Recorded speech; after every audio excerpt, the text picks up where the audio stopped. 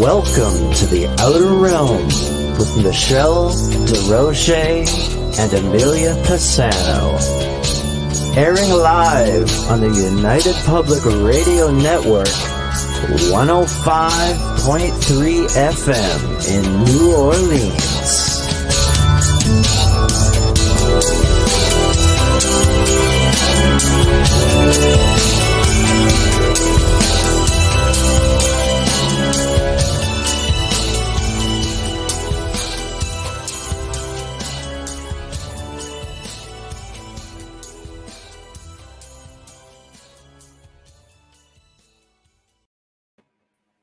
Good evening, everyone. Welcome to the Thursday night segment of the Outer Realm. We're broadcasting live on the United Public Radio Network, UFO Paranormal Radio Network, 105.3 and 107.7 FM from the beautiful city of New Orleans.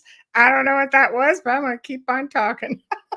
Anyway, we're fully sponsored by the amazing people over at Folgers Coffee who have been with us since the very beginning. We're so very grateful that they still have the faith to continue on. So thank you, Folgers. We appreciate you so very much. Also, big thank you to Dr. Snick, the sonic surgeon, aka Justin Snicker, the award-winning composer who is the voice and the music behind the intro that you just heard. So check him out. He can be found on places like Bandcamp, Spotify, iTunes, Amazon, you name it. He's there. So thank you very much. Also, big thank you to Steve McGinnis, the artist behind all of our banners and artwork here at the Outer Realm. Check him out on Facebook and Instagram. He just happens to specialize in horror genre. Go figure. Anyway, go check him out. Also, guys, remember, we're going to start very soon. You're going to start seeing a little bit of promo coming up here on the People's Choice Podcast Awards that we have been nominated for year 3. So very humbling and such a privilege that, somebody thought of us out there. So thank you. Tonight, the Outer Realm welcomes back Chris Stiles, who's known for his research of the Shag Harbour UFO occurrence. And this time he's going to be delving a little bit further down the line with that. And he did a lot of in-depth research on the book that he's written called Sweep Clear 5, NATO's UFO Encounter, and it's everything that came in after the fact. So he's also going to be a special guest speaker at the Halifax Symposium this coming October. So for those of you guys who really like to follow Chris and his research and everything he has to talk about, that's where you're going to find him. And I believe it's October 7th. So we're going to be going through a lot of that throughout the evening as well. So I've just sent him off his link. How's it going, Amelia? People chiming in? I can't hear you. Mute. I know, whatever the big bang was. That's why I went boom. I thought there was another universe being created. But a portal. This fan, I moved the wire so the dog wouldn't knock it. And who knocks it first? Me. Because last time he took it down. Right. So he's not aware I'm not in the other room yet. Right. How are you? I'm okay. It's been a little bit of a technological aggravating day, but got it sorted out for a while anyway. But technology's draining. Yeah. Oh, it's draining. It can be. Oh, every time I've had to hook up a mic, I've gone through YouTube tutorials like 100 times going, why isn't this working? Oh, I'm pretty tech savvy, but honestly, I think I just had enough, and I think the mic just had more enough than me. so I'm good with televisions, but laptops. Yeah. It's almost Friday. That's all. All right. It's Friday Eve. Yes. We got people chiming in. Everybody chiming in. Hello. Oh, yes. Great USA has a long weekend thanks to your men in service. I know. And Look thank you for your service, all of you who have come and passed and those who are presently fighting. I know. We had our long weekend last weekend. But that was Queen Vicky's birthday. I know. This is a serious thing. This is more of an honorable thing. This is yeah. Queen Vicky's birthday is not a big deal here. It always rains, just letting you know. I know. It rains every Queen Victoria Day. Yes, Tamara, you did miss a day this week. Yesterday, didn't see you in chat. Yeah. It's because it's a short week. It's I throwing know. everybody off. I know. We're It's just throwing waiting everybody off. on Yeah. our guest. I did send him a link. I'm not sure if I said that already. So, so No problem. yeah. So, but Chris. Oh, and here he is. Okay, great. bring him on. Here we Then go. he can tell us what we're talking about. I know. Hi. Hi, I Chris. love doing that. Hello, Michelle and Amelia. Hi, Chris. How are How are you? you? I'm like a teenager, can't you tell? I love Oh, I it. love it. Yeah. I love it. We always get excited when you come on. Young, restless, filled with cosmic angst. And You you're know? I in. love it. I love it. There we go. Advertising your book, Oh, yeah. and of course the symposium. That is fantastic. Yeah. So, gosh, I mean, I wish I could go. Schedule just doesn't allow me. I wish you could too. I know. It'd be nice to see all Yeah, you guys we talk. really, when people have come, like, yeah, it's usually something kind of special, lobster dinner by the shore or something, and Yeah. She doesn't eat seafood, but I'll eat hers. well, I'll tell you the irony about Shag Harbour. I go down there, everybody tries to give me lobster. Now I have the shellfish allergy. I'll eat anything else that swims. Okay, I Wow. love seafood, Oh but no. yeah, no, it's sad but true. My nephew's the same way. He's allergic to shellfish. Yeah. His sister, who hates anything with fish, can eat it. And Oh, he yeah. can't, and he loves it. So, like, they just, yeah. Yeah, Well, anything I Oh, else I'm is so sorry. No. yeah, anything else that swims is game for me. But just nothing in a shell. And Especially out there. this is really odd. When this changed, and the worst thing with me is I know how good it is. It was my favorite food. Get Right. this. This is a while ago. It changed at puberty. Something in my Oh. body chemistry, and I So started no getting more. anaphylactic shock the minute I can't Right. even shuck scallops on the wharf anymore or anything. Oh, so you can't even think about it, essentially. No, can't even think about it. No, it No. affects your I have that with kiwi. I'm fatally allergic to kiwi, and I know people think, oh, it's not really out there. It is everywhere. Yeah, You just no, don't realize it. People But try to sneak it to you. They think you're being fussy, right? I mean, well, they're like, oh, Yeah. don't have Mm. kiwi on the fruit tart. I'm like, but they cut on the same board. Like, it's literally that. Yep, I can't yep. even. My daughter would eat them, and I would use two Oh, plastic yeah. bags to grab them at the grocery store. But Yeah, my brother didn't get his shellfish allergy until his 40s. yep. It hit Yeah. him after, which And is really bizarre. every exposure, every accidental exposure makes it worse. You become more sensitive. You don't get used to it. No. But Right. you got to watch it. Japanese restaurants are bad too. Stuff's flying everywhere as they're chopping, slicing, and dicing. Yeah, you can't have sushi or anything Yeah, like that. I encountered that mistake already. So Oh, Right. do you carry an EpiPen with you? I'm supposed to. You sound like me. I really Chris just should, like- but This just throws caution to the wind. The guy investigates UFOs. He's like, knee deep with it. So yeah, you can always carry what's a bit of Benadryl, shellfish? Yeah. Yeah. liquid Benadryl for children in Yeah. your car. Oh yeah, There That's we all you go. need, and you suck back the small bottle, and you- you can make it to the hospital. That's right. You still got to go to the hospital. You still Yes. got to Yeah. get, and they Yeah. give you the good stuff. And you know what that's like? You can jump off the table. You're Superman. It also for- gives you welts, though. Yes, and then you Yeah. want to lay down and go to sleep like 2 minutes later. Yeah, Yeah. yeah. You It's walk exi- around with like these huge pancake-sized welts on your legs when they do that. Yep. Well, I got that. We're very Yeah. similar that way chemically, I guess. Yeah. Well, they Wow. gave me morphine during a surgery, and I had 4NDs after that.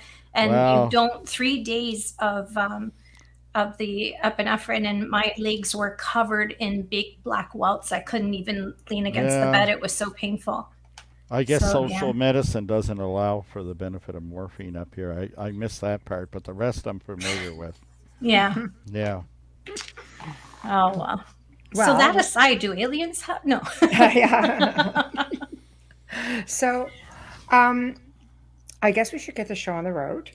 So, I'm going to assume that this is your research that followed after Shag Harbour. You touched on it just a Um, bit at the Well, end of the last show. I've been researching this right since '93, as you'll see. It'll come well, out you made all it, yeah, through. you brought It's it to been a our struggle, attention. and I never thought I'd be telling you this story now, whether there'd be a book. I thought this would never be resolved, but I have the definitive answers now. I don't Oh, have wow. all the answers, but we know now. This happened 7 years before Shag Harbour. Oh, before Shag Harbour. Before, this is Okay. 63 years old, this story. Oh, wow. Wow. Okay, I'm going to put this up And for everybody to see. yeah, Hold on. So we can talk. Okay. There we go. yeah. There we go. Let me I see don't if even can have put it copies yet myself, so here. Wow, yeah. I'm going to make it a little bit I bigger. want to know Here what we microphone go. you're using. You sound really good, Chris. Well, it's a $20 thing from Of course it is. We're yeah. doing it all wrong. from I don't know if you got that in the U.S. The Source We're in Canada. used to be the Yeah. Source. Yeah, we stream out of New Orleans. Used yeah. to be Yeah. I got a Blue Yeti mic. I got all kinds of mic, and everybody likes this one the best. It was $20 Yeah. It sounds so with the headphones. good. Well, thank you. Yeah. It sounds like a shore. Like it's really well balanced. Well, I'm familiar with Shore. I used to be Yeah. a musician, right? I was a guitar Right. player in bands for years, and yeah. Oh wow. Very nice. It's got the same sound quality. It's really good. Okay. Okay, Sweet Clear 5, NATO's UFO Encounter. Beautiful book. Yeah, so this is your upcoming book. Then it's going It's to be out. released. It's currently on Amazon. Oh, wonderful. Yeah, it came out about a week ago, but I haven't even received any hard copies yet. Oh, terrible. So All right. Well, where I'm- would you like to start with this thing? It looks like, I mean, it's interesting when you read it. It's like, holy well, you crud, could it's start. I didn't even let you have the darkest secret yet. When I looked at what I sent you, 15 questions. There's they're going to be sent the surprised. There's the pictures. DEFCON 1 thing, that thing that supposedly in history has never happened, but it has. And Oh, that's not a rumor. I have the ship's logs on that. just Yeah. looking at other pictures here you sent. But the other thing is my father was on the mission. Oh, I had no Really? idea. Dad died in 2011, oh, and there's a game he played with me, and we can touch that. Everything's game here, but the big revelation, the how this came to light was like New Year's 2022. It's that recent, and I was like, well, we'll get into it. yeah, Yeah. yeah. Let's do that. Let's start wherever you'd like to start. So, I mean, it seems to me that the whole area is very active to start with. It is. Out your neck of the woods. It has a history. Yeah, it does for sure. The tailpipe of North America sticking out into the Atlantic, Nova It's true. Scotia. It's like a little beacon. That's how the weather uses it. Believe me, here we have a couple sayings here. You probably heard them, but if you don't like the weather, wait 10 minutes. That's common. But here, Yeah. what follows 2 days of rain? Monday. Uh-huh. Oh no. And that's very typically. Although they're promising us beach weather this weekend. Nice. Yeah. Very I'm nice. always- I'm nice. ready. I'm ready. I'll tell you for that. Yeah. No, So excellent. yeah, however you want to jump into this, yeah, fine. Okay, what made you want to start researching this? Because you've been at This it for Well, yeah. well, Shag Harbour began in April of 1992, Yeah. and with a call to Stanton Friedman. I'm not going to go through all that, right? Yeah. But very early on, this Shelburne story, and at that point, it was just a story. And I used to refer to it as the Shelburne USO story, underwater submerged object, right? Right. It came from when I first did face-to-face interviews with the divers of the Fleet Diving Unit. And this would have been Good Friday of 1993. Now, that marks me as a fallen Catholic, of course, but Yeah. yeah. Good Friday, because it was a holiday. I made the arrangement. I was in the home of one of them, and I knew something was coming, because even to set up this face-to-face interview, there was, people kept asking me, like, you knew about Shelburne, right? And I'm like, well, Shag Harbour's in Shelburne County. Is that what you mean? And somebody say, well, you wait till you talk to the commander, or you wait you talk to so-and-so, right? And as the interviews began, was pretty obvious pretty early on that we weren't talking about Shag Harbour when they talked about Shelburne, right? Right. The thing is, it was obvious from the start too that this Shelburne story went way beyond. I mean, Shag Harbour's interesting, and very early on, even I used to refer to it as the gift that keeps on giving. And what I mean by that, not so much monetarily, and at times it's been disappointing that way, but in terms of the kind of evidence and how the story is never evaporated or failed. Like every time you discover something new, whether it was a lighthouse log, a ship's log, a new witness, whatever, it always strengthened the case. You know what I mean? And there was never, it was just this. No one's ever explained it or explained it away. And, in the 90s, I was just knee deep in boxes of documents, and every day was a new day, and Shag Harbour was going. But the first face-to-face interviews with the divers was quite something, because their stance on this was, and this is all, by the way, there's a book now, as you know. And in the book, the first half of the book is this quest, because I was looking for this answer of trying to understand the Shelburne story, because they would start to talk, and these guys would very quickly become fearful. And it was striking, because they would say anything or answer any question about the Shag Harbour incident, their mission on that when they were diving, doing the underwater search, for what was supposedly a crashed UFO. It was a headline story here in the paper in Nova Scotia and went out as a wire story around the world. There didn't seem to be any reluctance, any concerns there.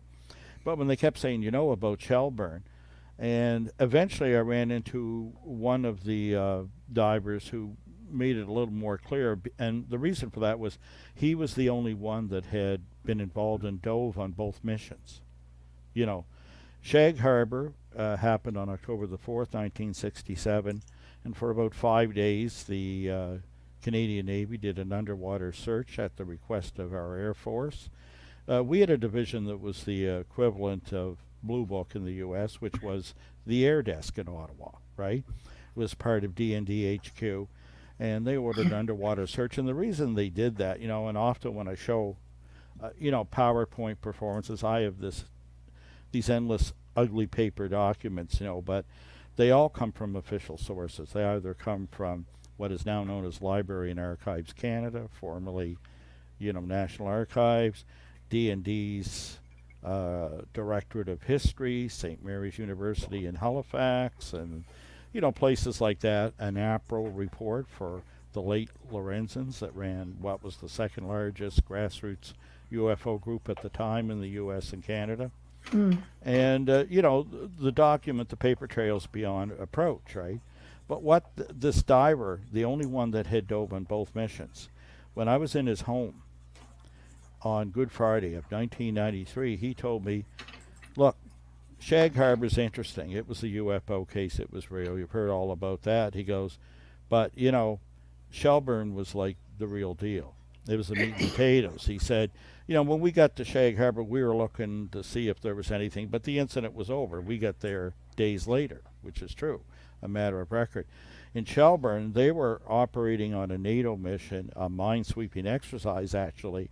And get this, there were 18 ships there, 8 Canadian warships and 10, and they went down.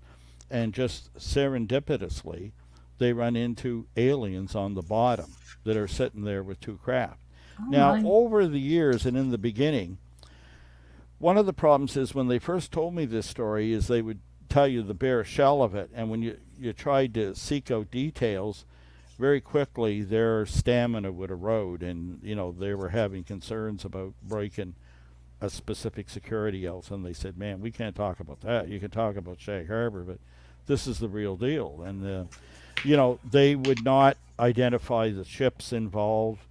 They would not tell you the date, although very early on when you'd meet a contact, you had to get answers quickly because, and first of all, when I say this, 9 out of 10 of the men I would track down, the first thing they would say, and it was just word for word, you would hear, God, we can't talk about that, as soon as you'd ask them. And, when you went home, some of these guys, you would warm them up. You would talk about what I call war stories, things in their career. Because, Navy divers, they do some nasty stuff, Yeah. hauling their friends, that didn't make it or the crashed aircraft. And, men that, something went wrong with the regulator and they drowned. It's a tough job.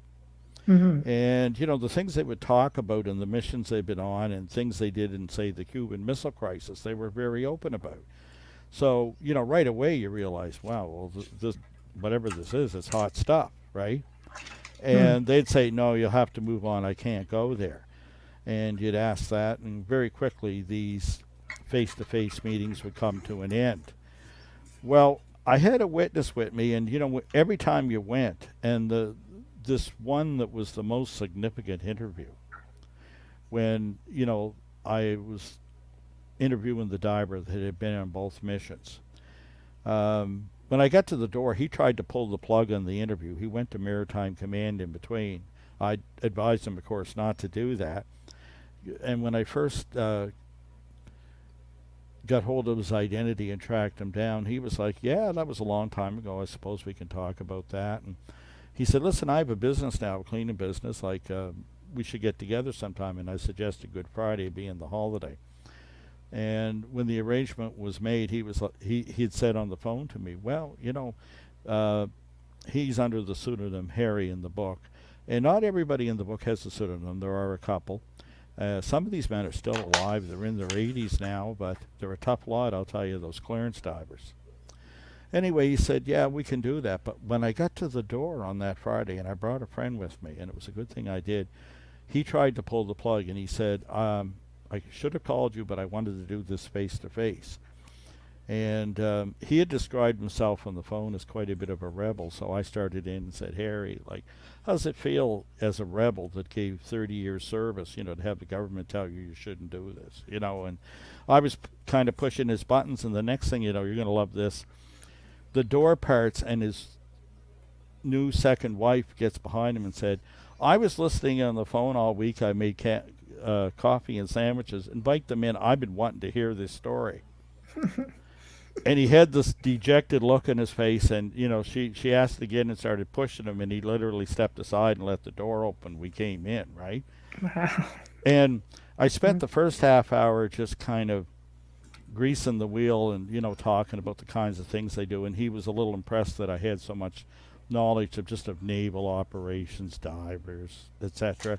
And once coffee and sandwiches were done, I did a bit of a stunt, and I took out the little tape recorder I had. I was hoping to record the interview. This is the 90s, we didn't have smartphones then. No. And I stood up, take the back off, and let the AA batteries fall on the floor and say, listen, look, we're just talking off the record, and the wife was helping me so much. She was like, Harry, I want to hear this story. I've been listening all week, And he looked at me, he said, I told you, I never told anybody, And he opened up and talked about it. And he said, well, when we got there, he goes, there was two of these things on the bottom. And once the brass up topside on the ships knew, they weren't long hauling us out of the water. And he said there was still activity going on. These things were alive, and it seemed like one of these craft was trying to give assistance to the other. He said, we shot some film of the event. Before they yanked us to their service, we had a special camera that had old Super 8, but it was waterproof.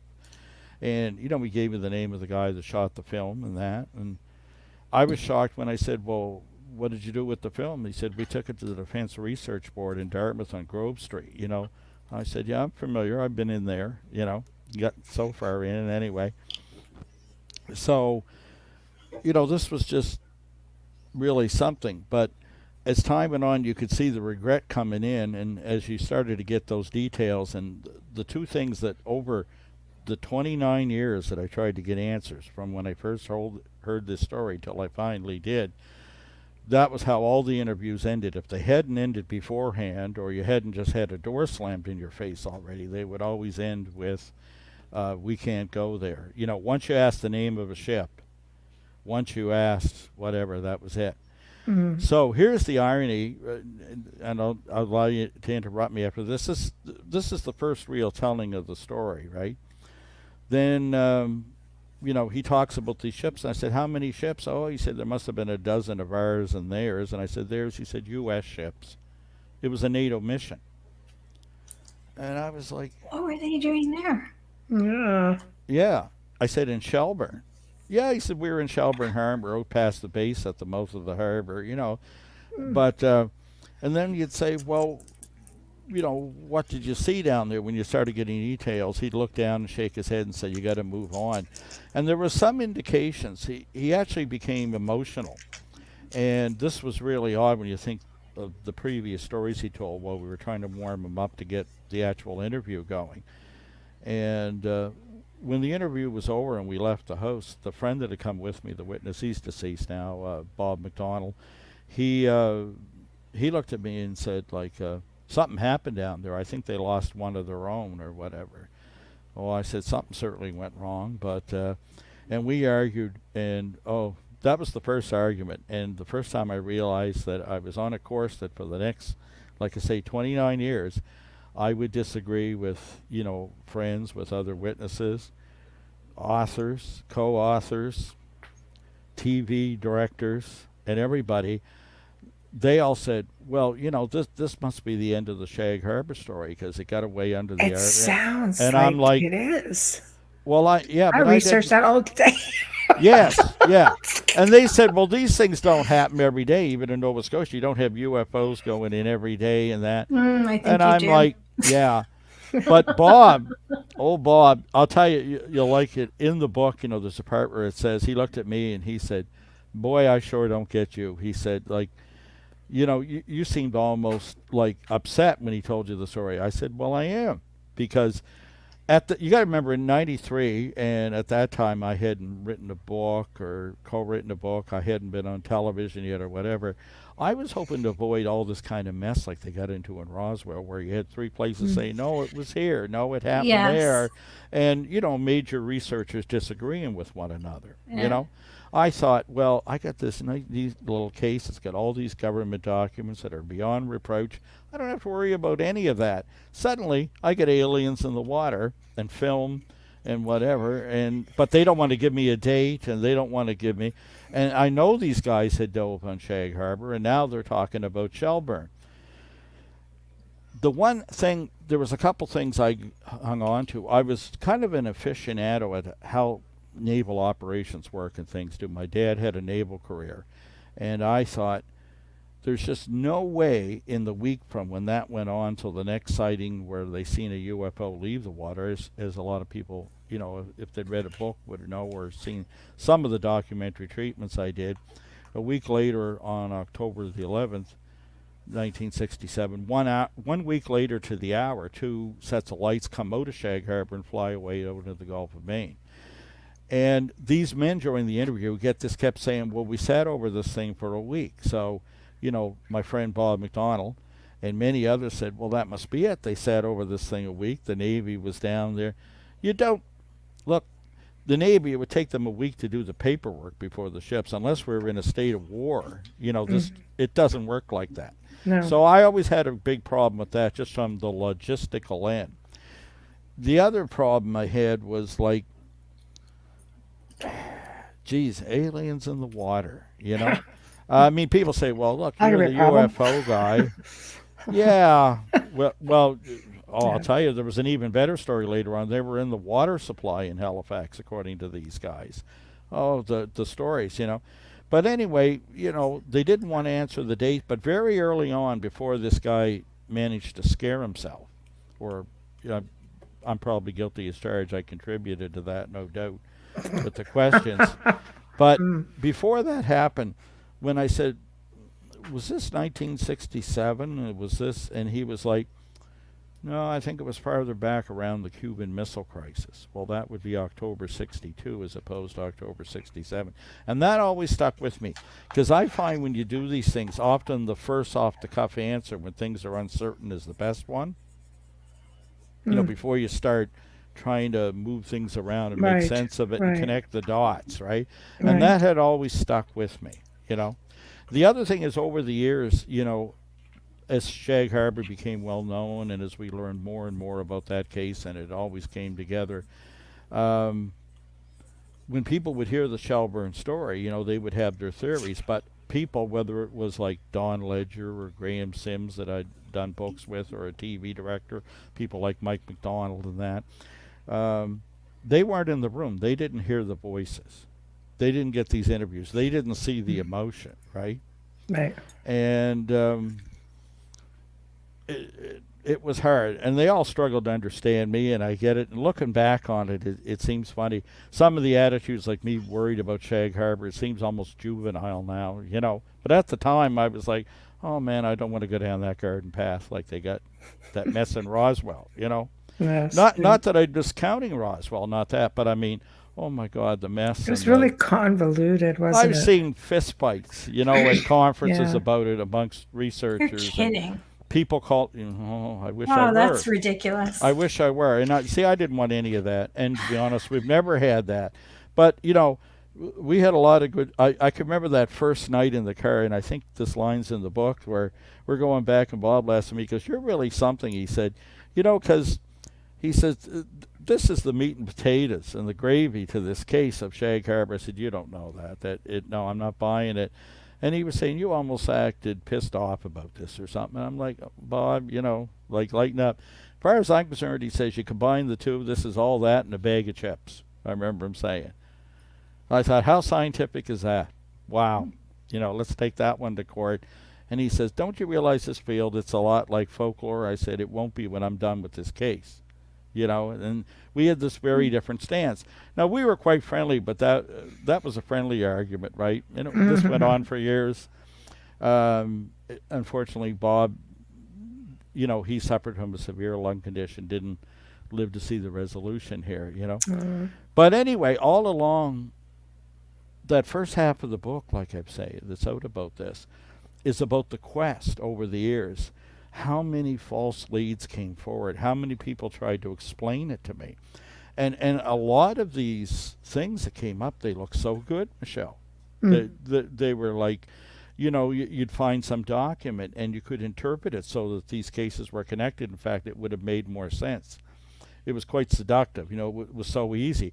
But I always resisted it. Usually the others got excited.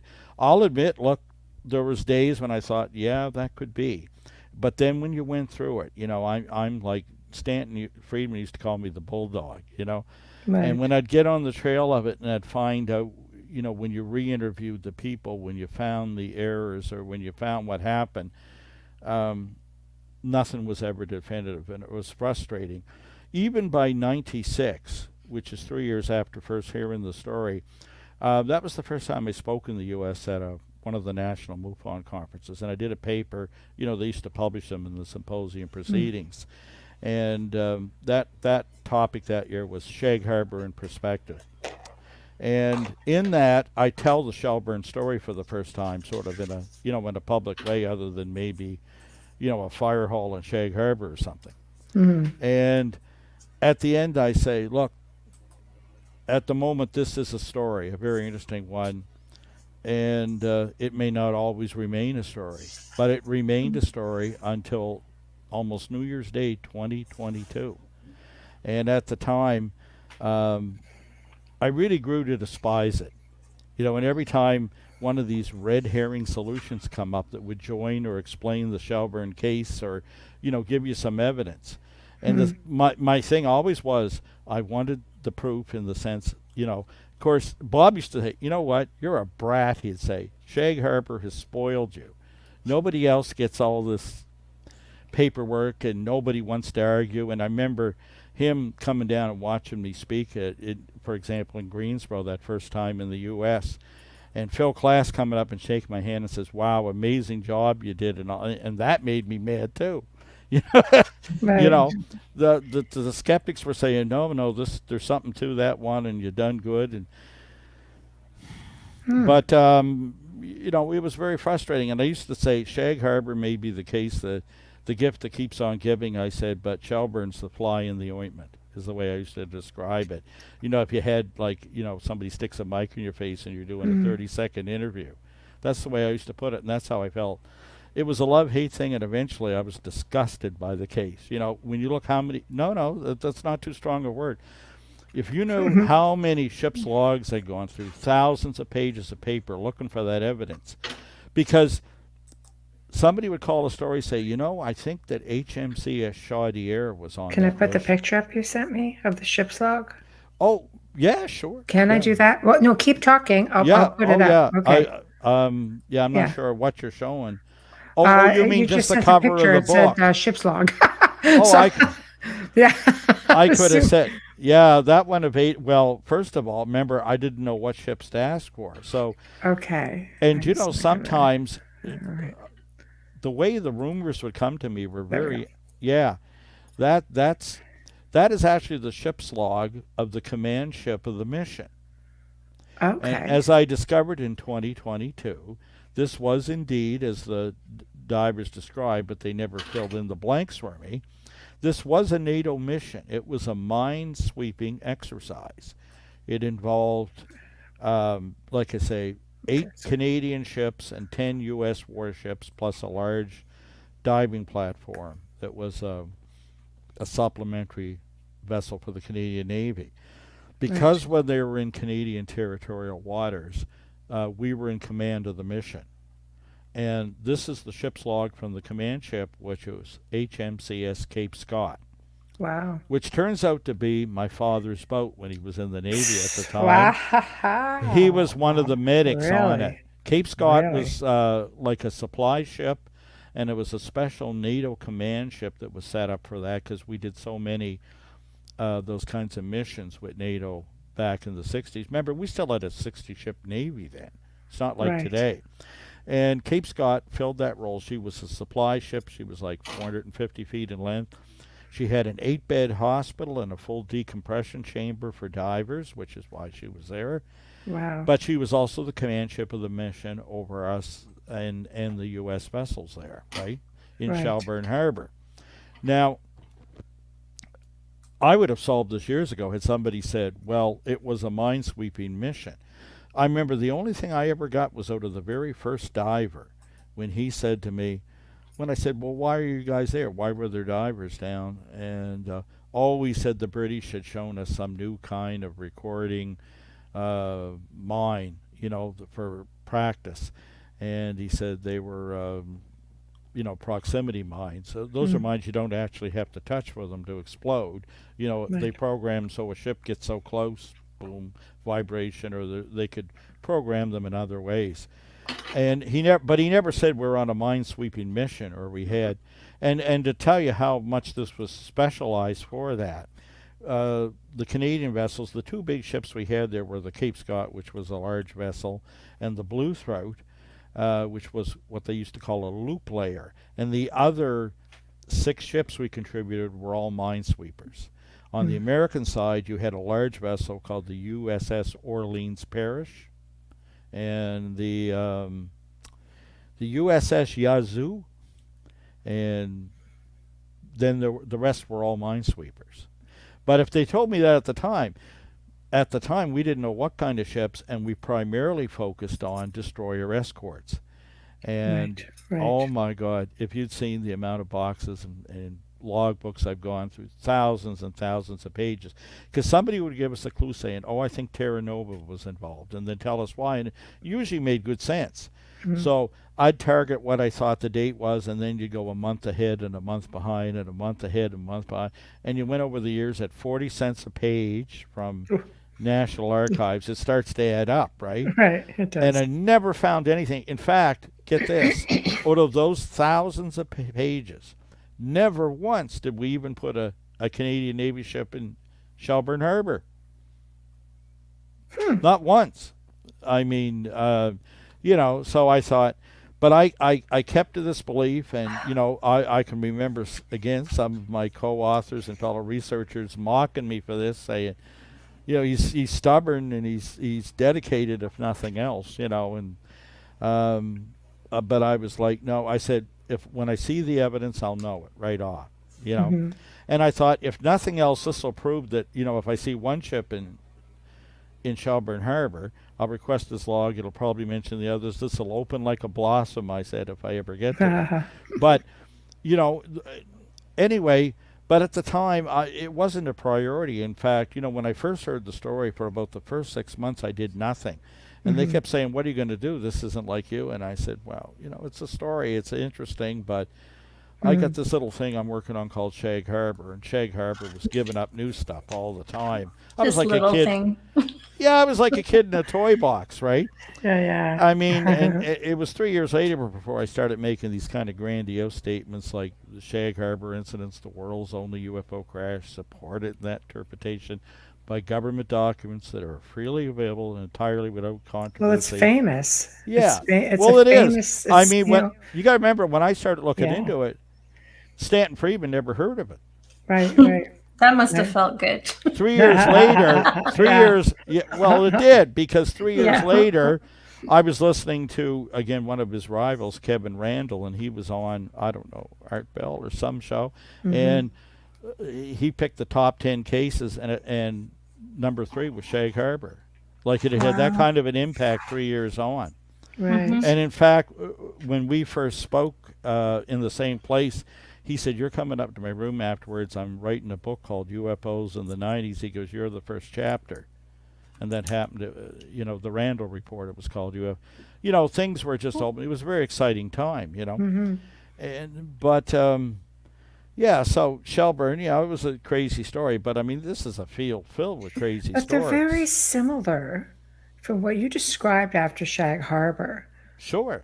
What happened after that, and these crafts were underwater, and you saw this thing take off. Military came in, both sides of the border. Yeah. Are they connected? No. Come on.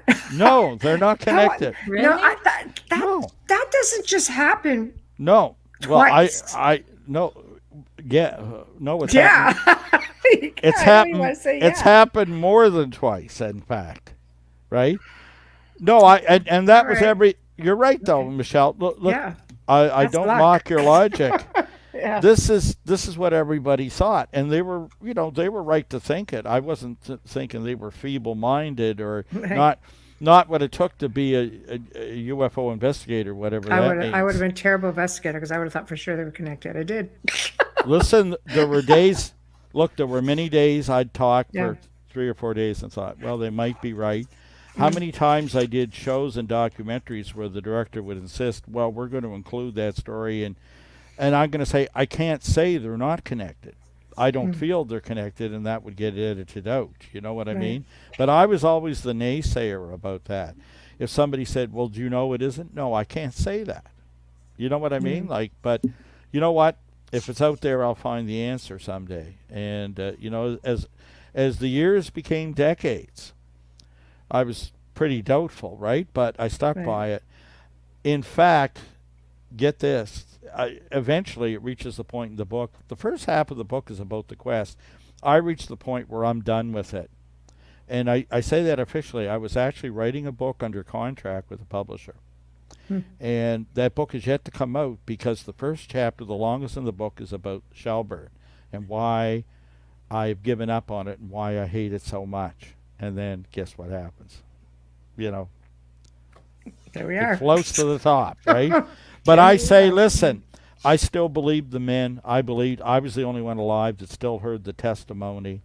I think I gotten pretty good over the years at finding the cases that have depths and, hold up to close scrutiny, that don't evaporate.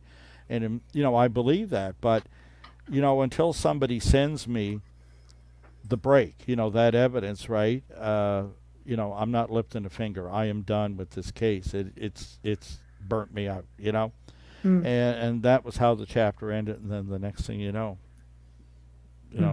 hold the presses on the book, right? And it all started to unfold, and in the strangest of ways, because really I'd come to accept I wasn't going to get the answer. It was just one of those things. And if people said to me, if I'd been on a show or we were doing a recap, you ever getting anywhere with that Shelburne thing? I would have moaned, and I would have said, well, I have to live with it, But, I console myself with this little thing called Shag Harbour and a handful of other cases, right? And recently I was on another podcast, and somebody said, so we don't have to ask you which one is your favorite case. I said, yeah, you do, because it isn't either one. Really? I've ran into cases that are much more interesting than either of those. They may not be significant. They were to me, and what's the reason for that? Is they gave me some genuine insight into how the phenomena works. That's the difference. What's the strength of Shag Harbour? It's a very compelling argument for UFO reality. Really, even the, all the skeptics and the groups, they can't attack it. And when they're there in the audience and I would present, like, they don't even try. You know what I mean? That's the strength of that case. Is that, right? would you consider that to be like the Canadian Roswell? Well, with respects to sightings or the big, the big one. It's Ros, yeah, but the one that people will remember. I guess it in people's minds it's inevitably compared with Roswell, but the way I put it is it's Roswell without the baggage. Right. You know what I mean? Right. There's no controversy as to the documents that we have on the case. There's no doubt that it happened and that the case remains open and unsolved. And it actually gave us a real insight, the other major thing it did, into what the Canadian government thought at the time, which was that this was E.T. They didn't have that evidence there, but when they looked at the fact there was no missing later aircraft, when they looked at the amount and the quality of the witnesses, including the RCMP officers. So it wasn't a back engineered something that went down, like there were extraterrestrials here. No, and here's the thing too, is that nobody even reported a UFO that night. People called simply claiming they saw a plane crash or that lights had gone in the water. And they rushed to the shore. They were worried about survivors, right? 7 people called instantly, the RCMP detachment in Barrington Passage, which is nearby. No one reported a UFO. It was the authorities that referred to it, as they saw there was no missing, because there were no missing or late aircraft. When they took a second look and looked at the testimony, including of the RCMP officers who saw the thing on the water, one of them saw it in the air and on the water, Ron Pond, who had been out on highway patrol. The thing was, right away. I mean, one of the documents I show was a military telex that went between the bases, right? And it's signed by Squadron Leader William Bain. He was the fellow in charge of the air desk there in Ottawa, right? He's quoted on the Chronicle Herald under the headline story, "Could be something concrete in Shag Harbour UFO RCAF." And at the top of that document, I've looked at just hundreds and hundreds of these things. In big letters, he writes UFO and underlines it 3 times and puts his name there, signs it at the bottom. And when I interviewed him face-to-face in Ottawa in 1994, he told me he was convinced it was the real deal, and they treated it as such. There was no conventional explanation. And in fact, he issued a memorandum that was signed by everybody in the Defense Department that was somebody. And when you read that in the 3rd section, it says quite clearly, a preliminary investigation has been conducted by the Rescue Coordination Center, and it has been determined that this UFO sighting was not caused by a flare, float, aircraft, or in fact any known object. Well, that's a pretty short list of what it leaves, right? Yeah. So that's the strength of Shag Harbour. It's a compelling argument for UFO reality, and it's more interesting what happened after the fact. Yes. So then, where does that leave Shelburne? Because which is pretty much exactly the same thing that happened after Shag Harbour. In none of these documents do we see any talk to UFOs on the bottom. That story had been there. People had tried to attach that story.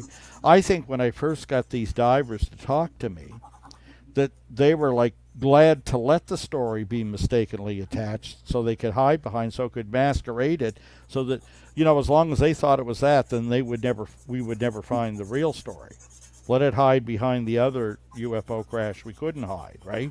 Right. And as long as I kept looking for something that happened 7 years later for a type of ship that was never involved, we were never going to find the answer, right? And you may say, well, how did you make such a mistake, like always look for destroyer escorts, and in the end there was none of those on the mission? At the time, in NATO, Canada's main mission was anti-submarine warfare. you don't conduct that without destroyer escorts, right? So the assumption was anything we were involved in, there would always be a destroyer escort. I knew where the Bonnie was, our aircraft carrier at the time. It wasn't there. In fact, I actually interviewed William Landymore, the admiral, the guy who tangled so much with our former defense minister. Right. About unification and all that, And he'd heard the story. He said, no, we were up in Montreal getting a refit. We kept the crew on. He says, I remember Shag Harbour when it happened. But then he told me, too. He says, you heard about Shelburne. You know about Shelburne, right? Well, I said, could you please tell me a date of the name of the ship? And he just laughed. He goes, oh, Chris, we can't go there, man. We cannot go there, right? Mm-hmm. So anyway, yeah, I mean, I was interested. I kept looking. I'm that kind of guy. I can't leave it alone. But at the same time, it wasn't going anywhere.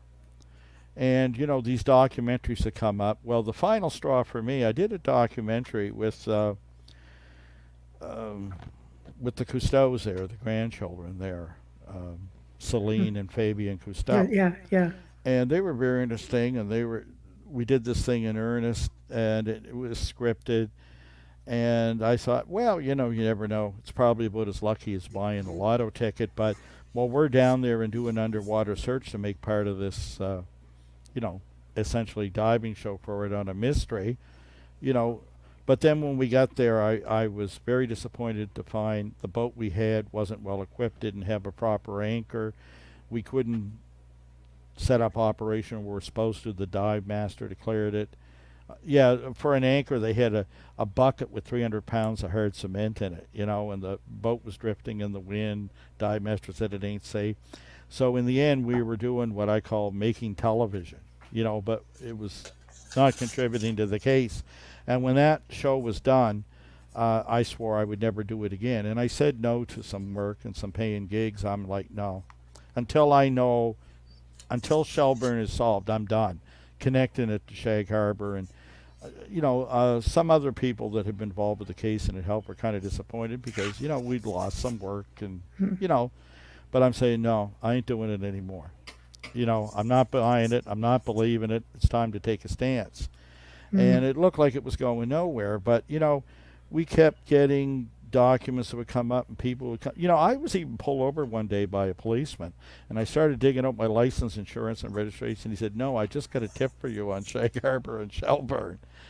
You can put that away. It's that crazy. Like they were coming all the time. You got to remember in Halifax, too, you got 9,000 people that worked in the dockyards and for the Navy, And people would get off buses sometimes or miss their ride, run over to me. You're the UFO guy. Have they ever told you about what happened on Terra Nova in 62 or, Chaudière or whatever? And you would try to chase these things down. But to no avail, it wasn't coming together. And I don't know if you want to direct me another way, but do you want to jump together to when it all started to open up and blossom? I'm just letting you go because I know that you have the whole story laid out. So I'm just patiently sitting here. I don't mind interruption or clarification. I welcome it. We're learning along with everyone else. Yeah. So we're going to let you keep going. And well, like I say, we can't go into the depth that that I have in the book because there's a lot to unpack. Oh, for sure. You don't want to give away the whole book. You want people to buy it. So I do. Sure. It's what's going to finance the further research. Believe me, because I'm not done with it yet. I thought I was done with it. I actually say that in the book, and once I say that's it, I'm done with Shelburne. I can't, unless somebody hands me the answer. But then I believe I said something to the effect of, but Shelburne wasn't quite done with me, and it was about to rub my nose in it in a way it had never done before. It was even willing to give up some of its secrets, right? Right. So right. I'm in my little house here in Eastern Passage, about 40 feet from the ocean. I'm already jealous. You have to keep going. I was going to say, I love that. Well, I don't have water frontage. I have to cross the street and look both ways before I get to the ocean. You're breaking my heart. I feel so bad for you. Yeah. Yeah. And I have the pollution of Lake Ontario, but thank you. I remember going up with my father and swimming in Lake Ontario and you swam in Lake Ontario and you're still not green? You're not glowing in the dark. So, yeah. That's a good thing. I remember I first went in, not even being past my knees, and I looked at it and I said, "What is the point of this?" Because I closed my eyes, said, "I can't tell where the water ends and the air begins, and I could smell Cleveland or something from across the lake." And I'm like, Yeah, "What is that the wasn't point the of place this?" to try lake water. It was a bit better in Lake Erie. He had a place down in Port Stanley, anyway. Yeah, Right. it's cleaner. Yeah, yeah, that was okay. That was okay. Anyway, yeah, we're gonna jump ahead. There's Yeah. so many stories I could tell in between, so many frustrations, and a lot of mystery solved along the way too. There was a lot of things that didn't make sense, but you'd resolve, right? It's just like Shag Harbour. A number of IFOs came out of that case, right? Well, years later. That were connected. Yeah. So it was all contributing in some way, but I wasn't getting what I wanted. I was frustrated. So anyway, okay, Christmas 2021 in coming toward New Year's 2022. Not that long ago, right? I don't know any more than I did in 1993 about what really went on. Although there's a couple things I'll get back to later on that were surprising. What kept me going, because I was done. Anyway, at this point, Shelburne's the furthest thing from my mind. I'm thinking, I wonder if that book's coming out soon. There were so much more interesting things in that book other than the chapter about why I'm done with Shelburne, but that was there. It was the last thing. Christmas was over. The smell of turkey and mincemeat and all that was dissipating from the house. The girlfriend gone to visit relatives. I'm alone. I'm going to indulge in a night of watching a bunch of stuff recorded on the PVR, UFO docs. Most of it turned out to be, a sort of second round treatments about the Tic Tac sightings and some other things, and I'm just catch up. I'm watching there. It becomes a marathon session, and I don't know, it's 3 or 4 a.m. I'm finally done. I decide to go to bed. So I go to bed, and I have this dream. Don't get too excited. This dream is not... It's not like Paul McCartney. I was thinking I was walking through chocolate when you said don't get excited. I'm like, my mind goes to chocolate. This is not even the cake dream. But let me put it this way. No, what I mean by don't get too excited is this is not as clear as like, Paul McCartney dreaming up the melody to Yesterday or something. Right. You know what I mean? Or Hey Jude. But I had this dream and like it was really weird, and it was like it was just a reenactment of when I was 5 years old. And I'm in the kitchen at a house here in Dartmouth, and I'm listening, as I like to do. I try to hide there stealthily and listen to adult conversation. Right? And in this case, it's one of my father's friends and him from the Navy. And they're sitting at the table.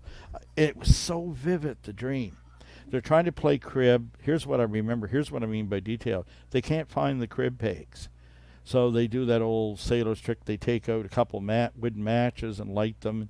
Two of them, you snuff them out, so you get 2 burnt ones and 2 unburnt ones. So you can tell, and you put them in the crib board, right? And it's like checkers when you're missing one. Yeah, they're drinking gin and talking. And I hear them tell this story about Shelburne. And the diver says to my father, he says, "Hey, Hal, look what happened to us." He goes, down at Shelburne, there was no doubt what we're dealing with down there. I mean, it was goddamn aliens. And I'm sitting around at the table, and it's sort of like a lucid dream, and I can remember thinking, I think this is a dream. Right. But, the conversation goes on, and he's saying, yeah, and he said, look at the trouble I got into with the Americans. But it's all very, very detailed. And next thing you know, this goes on, and eventually I'm noticed under the table. I'm taken to the living room to watch television with Mother. Right. And I wake up, and I'm like, what the hell was that? That was dumb. That was a little And push. I'm the only thing that's impressing me is like the detail. You could see and feel the texture. It was like And I remember thinking for a minute, can I trust? No, don't go there. You know, memory's so plastic. You've seen it in witnesses, right? I'm thinking that was interesting.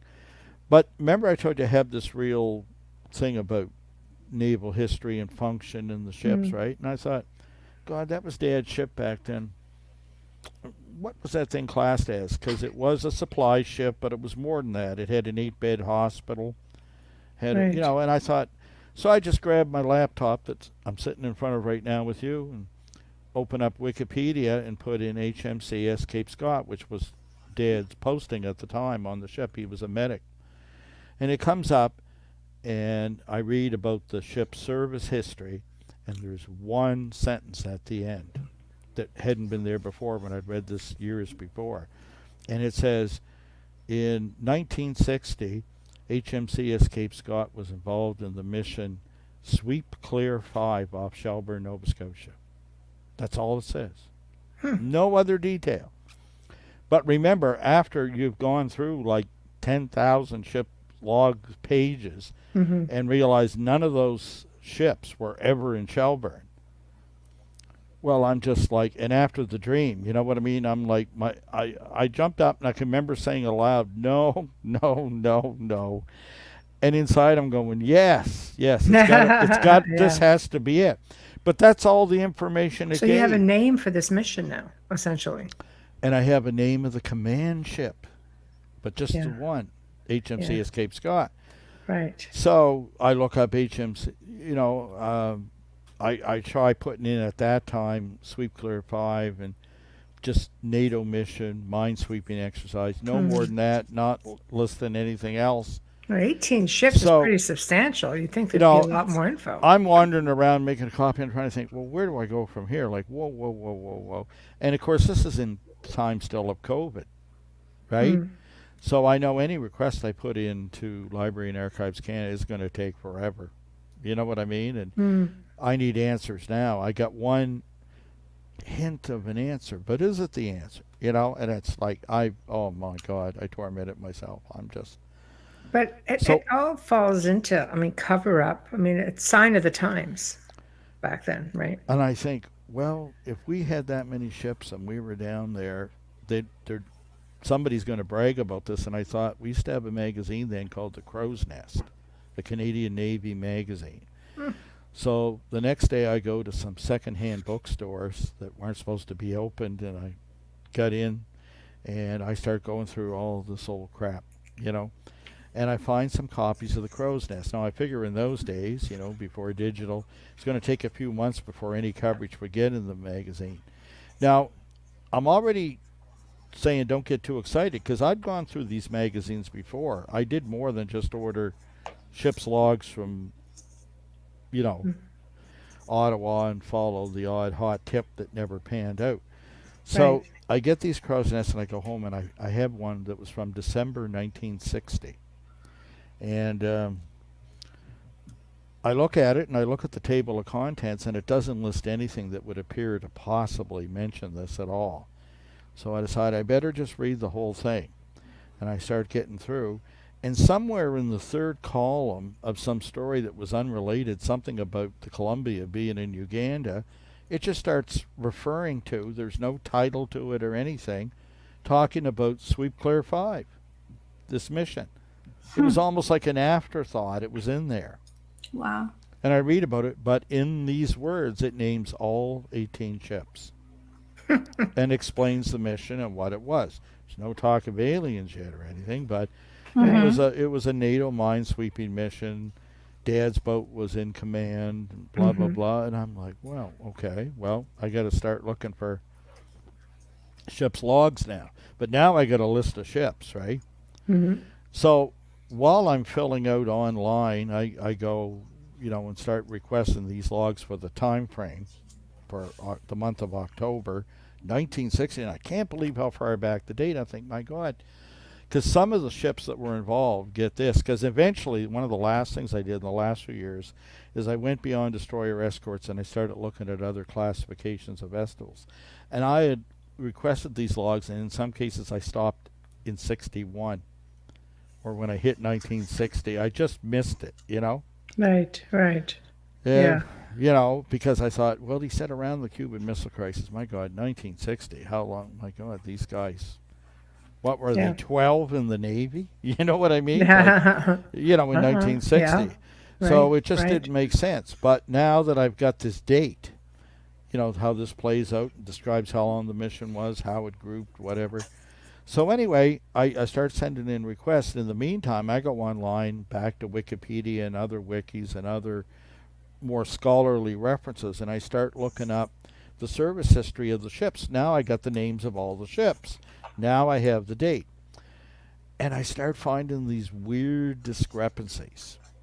Because in the magazine, when you read this, it just tells the story of what they did and how long they're in the harbor, what they were trying to accomplish. They had an 8-mile dog-legged course where they laid mines, and they're trying to dodge them and not blow anything up and blah, blah, blah. So anyway, but it kind of ends with that sort of, and a good time was had by all. We love working with our American friends. Okay, that was the Canadian version.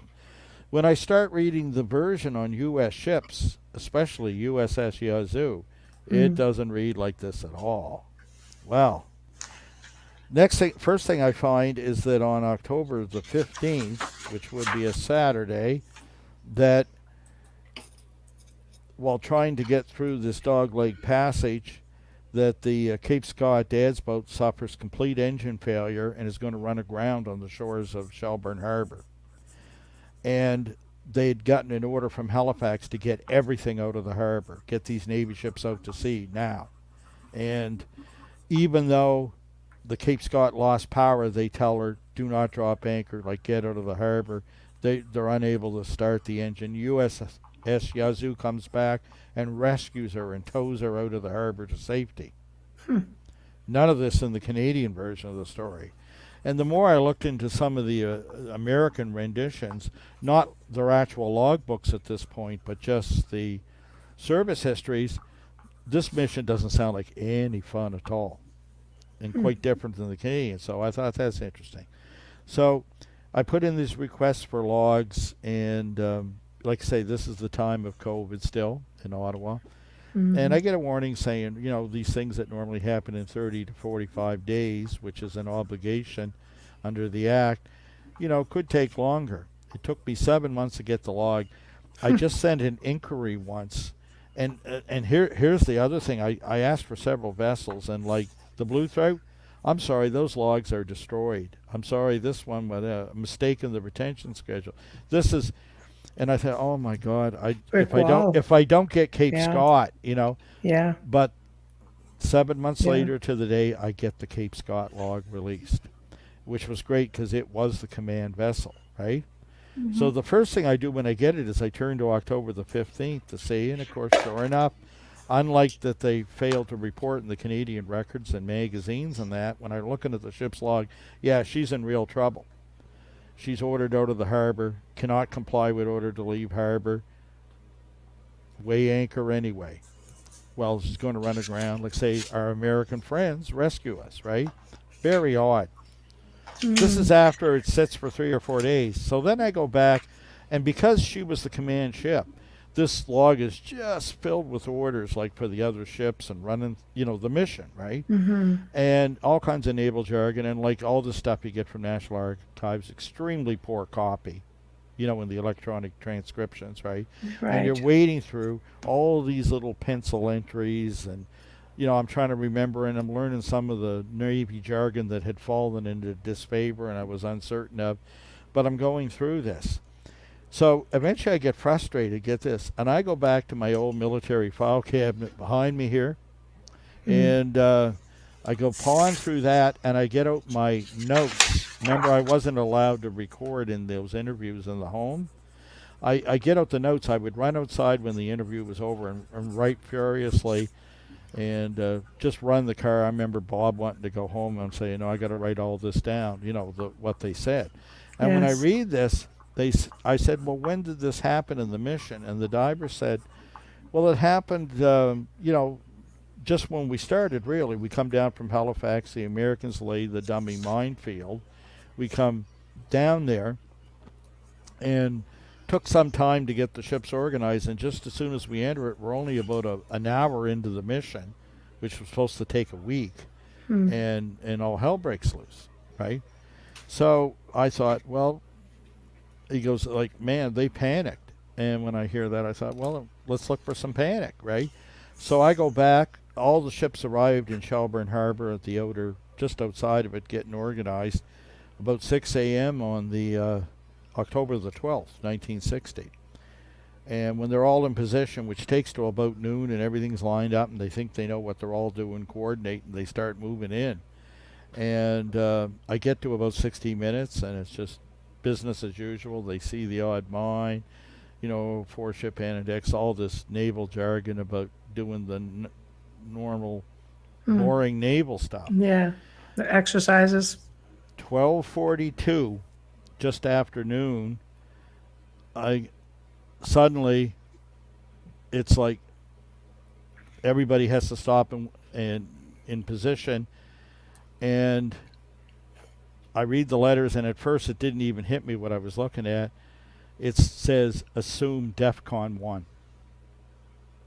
Now, for those who are just listening, can you describe that? Yes, the DEFCON system is 5 levels. It's still in use. We had just signed on to the system with the Americans 1 year before, in October 1959. Right. You often see it portrayed in the movies, usually backwards in error. Yes. But the way it works, like, in peacetime and when the threat level is low and we're not anticipating sudden war or thermonuclear disaster, we would be at DEFCON 5. Through difficult times, like the Cuban Missile Crisis, to give an example, and I give examples in the book, the United States went to DEFCON 3 in the military, except for SAC, Strategic Air Command, went to 2. And by the way, Kennedy came up here, John Kennedy, and went to see our Prime Minister then, John Diefenbaker, to request that we go to DEFCON 3 with them, and he wanted the Canadian Navy, the Atlantic Fleet, to sail out and guard the North Atlantic for Russian subs coming down so that they could have an even larger, more secure blockade of Cuba. This is during, and Diefenbaker refused. There's this whole story is legend, especially in this area. You hear the older guys talk about it. But because they had a bad argument, Kennedy left a note that let Diefenbaker know what he thought of him for this, I guess, on the desk. And, he ordered the defense minister of the time, this is before Paul Hellyer, by the way, that we weren't to get involved. Nothing is to move. We're not going to help the Americans, And one of the admirals who was in charge of the Atlantic Fleet at the time, Rear Admiral Kenneth Dyer, who was in charge during the Cuban Missile Crisis, and by the way, was in charge of this mission in Shelburne, and had designed it, took American orders and sent all our ships to sea against the Prime Minister and the Defense Minister. It's quite a thing. Wow. There have been books written about it. He was quite hawkish. He was a NATO commander at the time, and he saw his role greater than just being a Canadian. He risked his career, and he did that. Eventually, the Prime Minister had to follow suit because other NATO nations would join in and support the Americans, and public pressure went the other way. Anyway, this guy was the in charge of the Clear Sweep 5 mission there, Ken Dyer.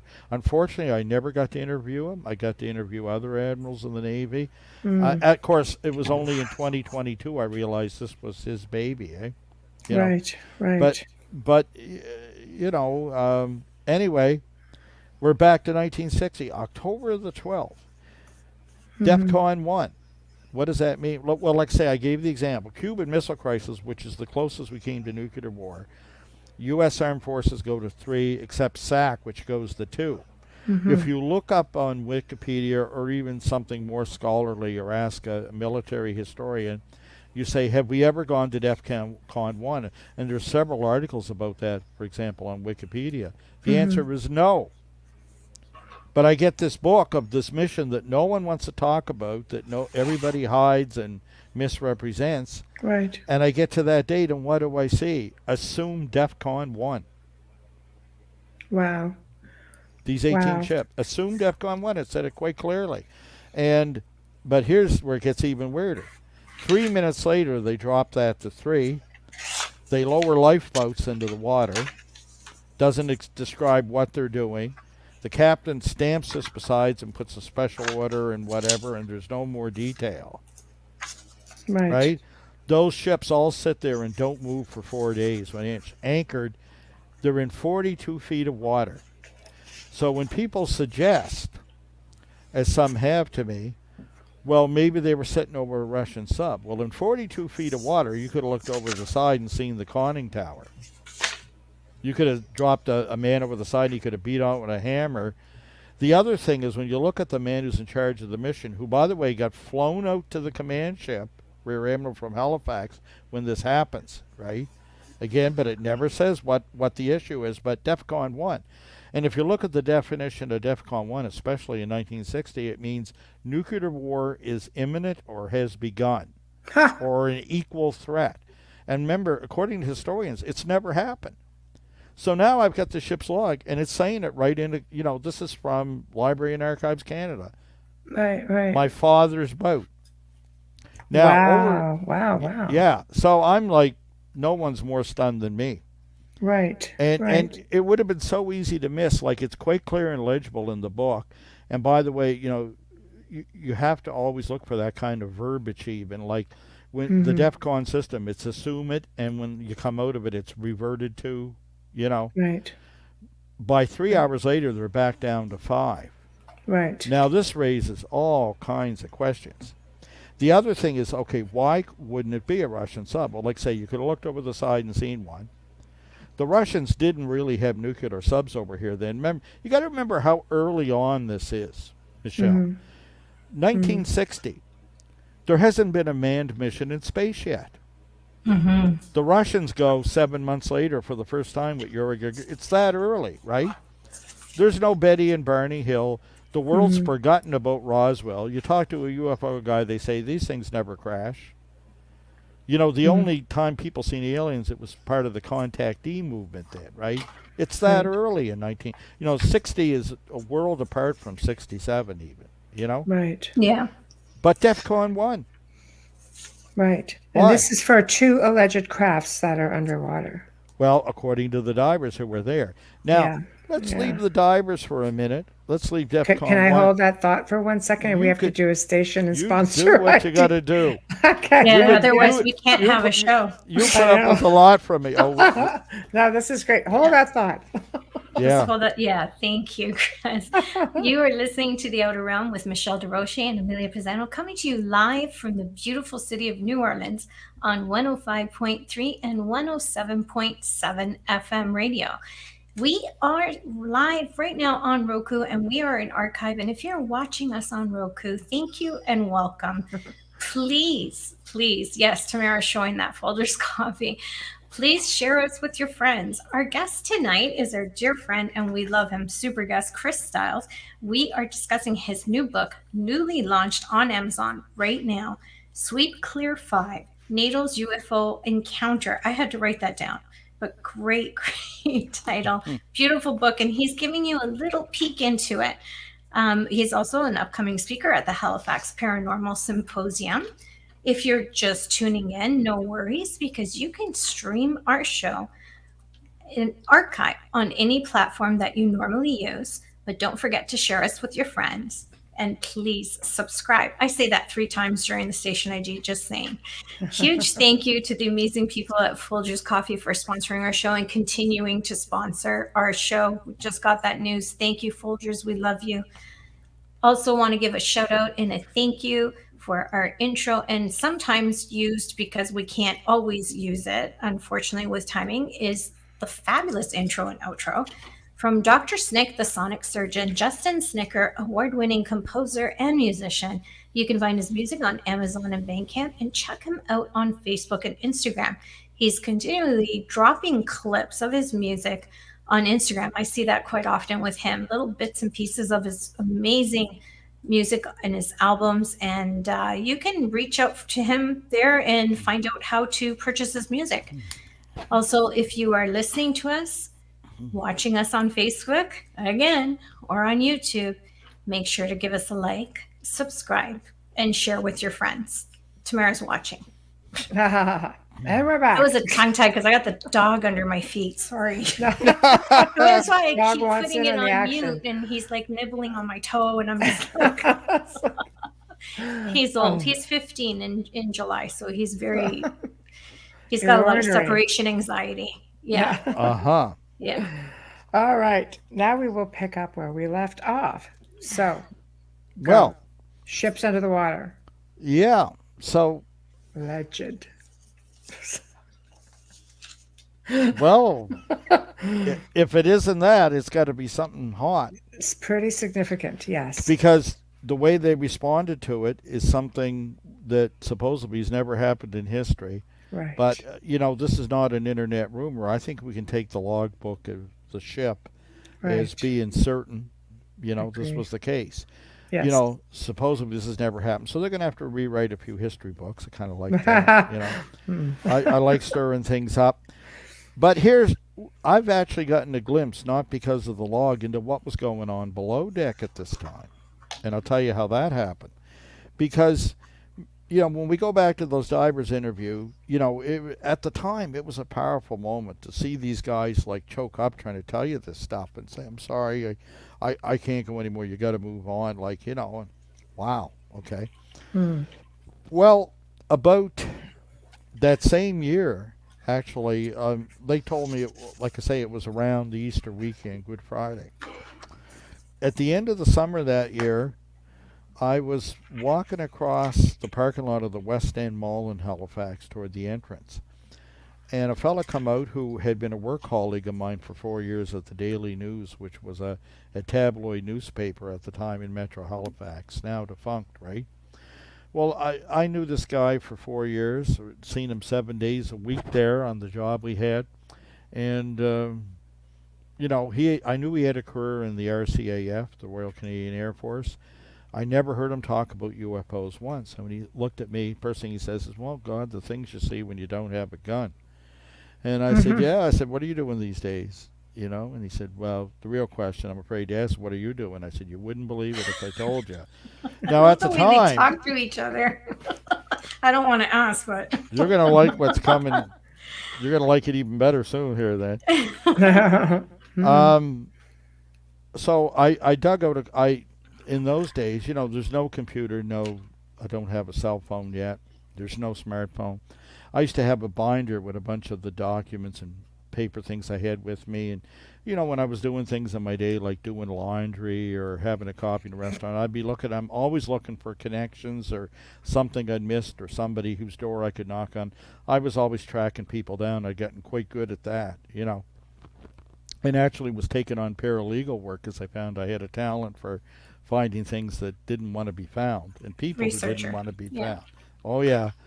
Yeah, it was a good sideline. Anyway, pay the bills. So I'm doing this, and I just show him, and he just takes a glance at it real quick. He goes, what? Oh, God, he said, how did you hear about that? And I said, what? And I realized, first of all, he just looked real quick. He doesn't think that what I've shown him is about Shag Harbour, but about Shelburne. And he says, oh, God, there had to be something. They kept those ships there a week, boy, I'll tell you that. He said, I'm never so goddamn glad to get off of there. And I'm like, whoa, Jim, what are you talking about? You mean off of there? Out of the ships. Yeah. Which leads to my first question to him. I'm saying, whoa, you weren't in the Navy, you were Air Force. I thought I was, he said, but he says every time the damn Navy found something on the bottom or something crashed, it looked like it once had wings or flew or they couldn't explain. He said they'd call me. He goes, that was my gig with the Air Force, identification. They call it AF, yeah. Identification was my specialty. And I thought about the stories he told, but like I said, I'd never heard him talk. 4 nights, 7 nights a week, I seen this guy for about an hour. And he never talked about that. He talked a lot about his military service and other jobs he hated. So I said, yeah. And he said, oh, God, Chris, I never made a sailor. I hated the Navy. Sleeping in a hammock in those days, some guy's socks hanging in your face. It wasn't for me. I get seasick at the drop of a hat. He says, oh, I hated the ships. And they were always borrowing me, he said, borrowing me. And he said it was even worse when that Paul Hellyer came into power and we had unification, you know. And, you know, he said, everybody, you didn't know if you were a sergeant or a lieutenant or a sailor or what you were. I said, yeah, let's go back to Shelburne. I said, what about, what's this? You were there. Yeah. I said, well, what did you see? He said, now, don't get all excited on me. I didn't see nothing. He said, I was Air Force. And he said, I didn't see nothing because they didn't show me anything. And he said, that's what I remember, and that's the only time I was on a mission where that happened. Well, I said, well, how did you know when you glanced at these papers what it was about? And he said, well, every night, he said, the divers, that's all they talked about. We were down in the bar. Members of the Canadian Navy, there's drinking going on, right? They're down below in the galley, right, on the Cape Scott. He didn't tell me the name. He's another one who wouldn't name the ships, or I would have solved this a long time ago. He said, yeah, we were down. He said, you know what I did for that week? He said, I read Westerns and I drank beer. And I just sat in my corner waiting for them to show me something or tell me what I was supposed to do. The only mission I was on, nothing. But he says every night the divers would be sitting there in a huddle in the corner. He said, and it was damn weird. He says they were talking some really goofy crap. And I said, well, what? He said, well, they said we were sitting over 2 UFOs underneath the ship. I said, really? Yeah, he said, and there was aliens in the water, he said, and he said, you know, he said, I didn't know what to make of it. I tried to ignore it, he said, but I realized, he said, as the days were going by, that there was this real tension on the ship, he said, and I was so glad to get off. I just sat there, and he said, borrowing books in the library, and it was damn weird. But he said, there had to be something to it. They didn't move these ships for a week. I'm like, yeah. And he said, and there was a guy, he says, I wish I could remember his name, and he's thinking hard. And he finally thinks of it. He goes, I see him at the Army-Navy Club. He says, we nod at one another. We've never talked about it. He goes, you just followed orders in those days. We never, you know, questioned it. And I said, well, what about him? Well, he was Harry that I'd already talked to. I didn't let Jim know that. And I said, yeah. Well, he said he got himself in a real mess of trouble. He got into it with the Americans, he said. The Americans came aboard our ship. He said some admiral came in, one of the Canadian admirals and Americans, and they were having what they called a hot wash-up meeting upstairs. He said, we're below deck, and this protocol officer comes down. He goes, you know, in the whites and that. He said the sailors down there were pretty good. When American sailors would come over and enlisted men, they'd treat them friendly, buy them a beer, or, you know, if they could get them to drink it, they often would refuse. But he said they were, you know, they were friendly to them, but he says they didn't like the officers going below deck. So this guy comes down in the whites, and he's sticking out like a sore thumb, and he can hear the divers talking this talk about the aliens. So he walks over to that table, leans in, and he suggests to them that they shouldn't be talking shop and to give it a rest, and maybe you shouldn't talk about that Soviet sub we're sitting over on the bottom. And instantly, the diver, Harry, the pseudonym of the book, jumps to his feet and lunges at the officer and grabs him. And I guess it's an ugly scene. And the other guys are trying to pull him off him, and the table goes over, and the drinks go everywhere. And he says, that's the trouble with you Yankee boys. He says, you think, he goes, that everything that you don't understand is the Red Menace. He goes, well, he said, I'll tell you one thing. That thing is not from Moscow or the Black Sea, whatever it is down there. He goes, it might be from Mars. I think maybe a little farther away yet. He goes, but he says, if it wanted to do us any harm, there's nothing we could do. We'd all be screwed. And he says, so I hope when you go back up there, he says, that you guys don't decide to go all John Wayne on it or something. And at this point, he lets go. The divers peel him off, said, we're sorry, sir, we're sorry. And this guy just runs out of the room and goes upstairs, and they bring the captain down, and this guy's sent to the brig. You know what I mean? But he had told me a kind of watered-down version of what happened to him, how he got in trouble. Remember the dream I had years later about him telling my father the same story. So, of course, the next question I asked Jim, I said, well, you're there. I said, what ship were you on? And he had been walking across a parking lot with a hockey bag. Yeah, in the middle of summer. It's Canada, right? And suddenly this snapped him over. He goes, "Oh, no, you don't. No, you do your own dirty work." I got to get this boy to practice. And he grabs the kit bag. He starts walking real fast, and I follow him to his car. Once again, I couldn't get the a ship name or a date out of him, right? Mhm. But, I felt really good about finding somebody outside of the clique of the divers and outside of the Navy Right. that was actually there, that hears this. So I thought, well, maybe I can't disregard this story. And I told the other guys at the time. I have to say, these ships. I mean, the military or the Navy was there for a week. Yeah. How long were these ships? Were these ships powered up? They were just resting. Were there? Oh no, they were there. And most of the minesweepers were doing their exercises and that. Right. But the core ships, the two larger Canadian and U.S. vessels, never moved over where they were sitting Until the UFOs. They were Did they sitting- leave when the UFOs left? Yeah, or- in the book, I have a chart. I show the exact position Yeah. where they sit. We have the coordinates. I don't think I published the actual coordinates because they're No. notoriously Yeah. inaccurate. Yeah, Yeah. they were in fact, the picture of me I have there by the got it. gate and the wire fence. Yeah. That's yeah. the gates of Canadian Forces Station Okay, Shelburne. I'm gonna put it up. Now closed in ruins, right? And if we were angled the other way and looking out to sea, you could see where this operation on. happened. Hold on, There's hold on. you're not going to see it in that photo, but if I leaned over the other way and the camera angle had been different, we'd have seen where this happened. Yeah, Just yeah. on the other side of this. yeah. So Okay.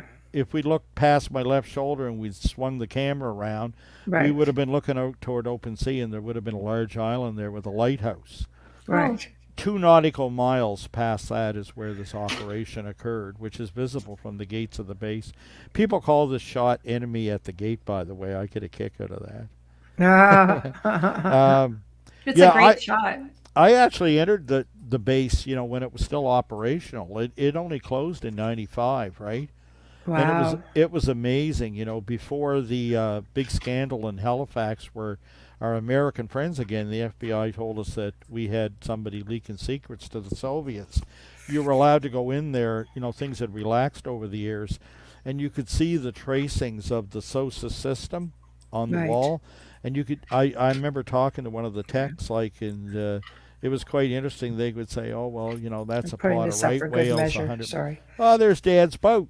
Oh, Yeah. it's so pretty. Yeah, I just wanted to put it up because you had been talking about it. This way people Yeah. can see it. Well, I in forgot fact, I had this one. Yeah. This is not just some old file footage.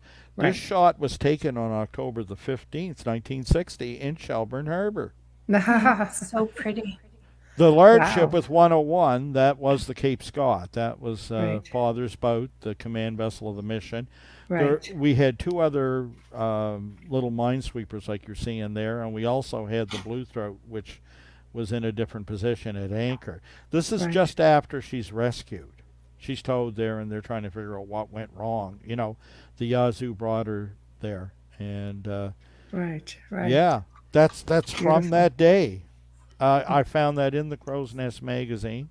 Crazy. Yeah, it's That's all just too crazy. crazy. Yeah, and you can, Wow. if it was better copy, you could see the men looking over the side. So anyway, you know what the next source was? The human source is funny. It was secondhand, but a kind of an interesting one that you ladies might relate to, because the next people that kind of gave inside information on this, what happened would have been around 96, 97, I think. I was invited to speak at a creative writing class, and a friend of mine used to teach there. He was an academic, and I thought, geez, really? At the time, I hadn't published a book, and he said, "Oh no, I want you to go up and explain and talk about what you do and what you've done." And because I'd written a number of articles like in magazines, and he was referring on that. And anyway, Right. I right. went to do that, and when it was over, he said, "There's somebody here that hung around after class that wants to talk to you." And I can remember this tiny, small woman girl, like she would have been early 20s at the time, wanted to talk to me, and she come up to me and says, I know who told you the story about Shelburne. I said, you do? I said, what would you know about Shelburne? She said, well, I'm a Canadian Navy diver. And you see, in the 80s,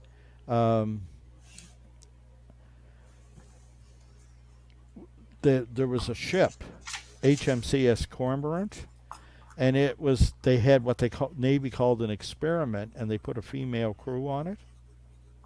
And these were the first divers to train to be certified as clearance divers in the Canadian Navy, and they were women. Wow. And some of them trained with, or they had consultants, were some of the divers that had dove on Shag Harbour and Shelburne, and guys, and some of them were just friendships that had met at the Army Navy Club or whatever. And strangely enough, there was a real kinship between these guys, because most of the guys that had dove on missions like Shelburne, except for their buddies that had been there, they had really been read the riot act. They didn't talk about this with, colleagues on the ship or younger divers they met since, right? And when they did, they often regret it when they say, we're not supposed to talk about this, but you heard I was on that mission. Don't laugh at it. And somebody in the background would start making the noise of a theremin or whatever, and they realized they were not being taken seriously enough. Right. The strange thing was these young women on the Cormorant experiment, and those before that were just training as divers, they understood what their old Cold War colleagues had gone through, what it was like, the training, the harsh conditions, the older equipment, and they had a respect for that. But being of that younger generation that, let's call them lost in space, they could accept the story. Yeah. So a kinship grew between them, and the divers talked to the women about it. Right. Right. And this one little girl that hung behind at the creative writing class, she told me the story, and there was a couple of little minor details, and one of the things she left me with is, you're missing one key thing. And to this day, I don't know, because I tried her a couple more times, and I went back a few years later, and unfortunately she died in her 40s of cancer. Oh, I'm so sorry. Yeah, So sad. yeah, Wow. yeah. Wow. And I think now, knowing what I'd known and seeing, but she also wouldn't tell me the name of the ship, but she said I was missing something. So to this day, I wonder, was it the DEFCON 1? Was it the... What was it exactly? Whatever, Yeah, right. Now, something else I left out of the dream that's interesting, that I thought she was going to touch on before a girlfriend of hers drug her away that day, standing in the hallway at the university, is that she said that besides the one thing, how can I put this? There was a lot of scandal going on at the Shelburne. In fact, the Shelburne base was Canada's most secret base. It operated under a cover story, right? But that was revealed in the 80s when there was a scandal. 5 women were let go from there because they were living a lifestyle as gay women. They were lesbians. And at the time, of course, they had no rights, in the Canadian or U.S. military. Well, it's not like and today. That's right, unlike today. And the concern was for the possibility of blackmail. So they were all discharged from the military. It's sad. Yeah, it's right? terrible. And, she was friends with one of the women and put me on to meet them, but they were just as scared to talk about it. They had worked in the base. One of them I know ended up having coverage on one of the big doc shows at the time, W5 or something.